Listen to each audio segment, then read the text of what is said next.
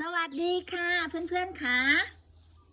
จะอาบน้ำลูกสาวค่ะมีลูกสาว2 สาว1น้องคน2น้องหมานะคะ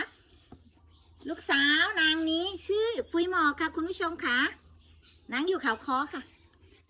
แล้วก็ทีนี้นางกลัวอะไรต่อมีอะไรพุเพอะก็เลยอพยพลงมาอยู่ข้างล่างค่ะ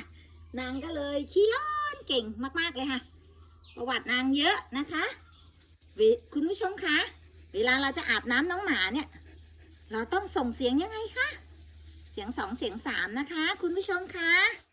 เสียงดังไม่ได้เลยนะคะน้องหมอกจ๋าหมอกจ๋ามาเรามาอาบน้ำรอบ2กันนะคนเก่งนะคะใช่ไหมคะตัวหนูจะได้หอมๆนะคะแม่ไก่จะได้เอาหนูนอนด้วยในห้องแอร์นะคะใช่ไหมคะแล้วนางเนี่ยมักจะหวงหางใช่ไหม